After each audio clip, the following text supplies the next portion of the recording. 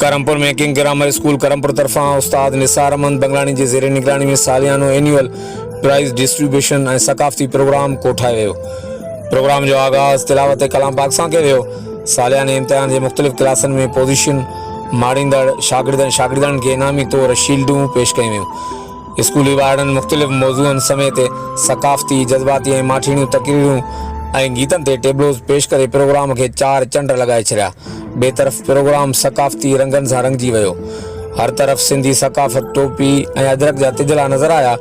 Programme में उस्ताद मोहम्मद कामिल बपड़, उस्ताद सनाउल्लाह बिजराणी, साफ़ी शाहिद हुसैन नसीराणी, साफ़ी जावेद उस्मान बिजराणी, साफ़ी बाबूलाल मंधाण, साफ़ी ठारचंद बालाणी, साफ़ी सैफुल्लाह बिजराणी, साफ़ी हुसैन बख्शुलाणी, अमित कुमार, राजेश कुमार, उस्ताद हरीश कुमार, गुलशन बिजराणी समेत शहर ऐं इलाइक़े जे सियासी समाजी ऐं शहरी अॻुवाणनि बतौर महिमान वॾी तइदाद में शिरकत कई। किंग ग्रामर स्कूल इंतज़ामिया प्रोग्राम में शरीक महिमाननि खे एज़ाज़ी तौर सिंध जी सूखड़ी अदरक जा तोहफ़ा पेश कया। प्रोग्राम जे आख़िर में शरीक शहरियुनि महिमाननि उस्तादनि सियासी समाजी सहाफ़ी अॻुवाणनि किंग ग्रामर स्कूल करमपुर जे प्रिंसिपल निसार अहमद बंगलानी ऐं इदारे जे तमामु उस्तादनि जी महिनत खे ख़ूब सारायो। हर वक़्तु आगाहण लाइ ॾिसंदा रहो JTN न्यूज़ करमपुर।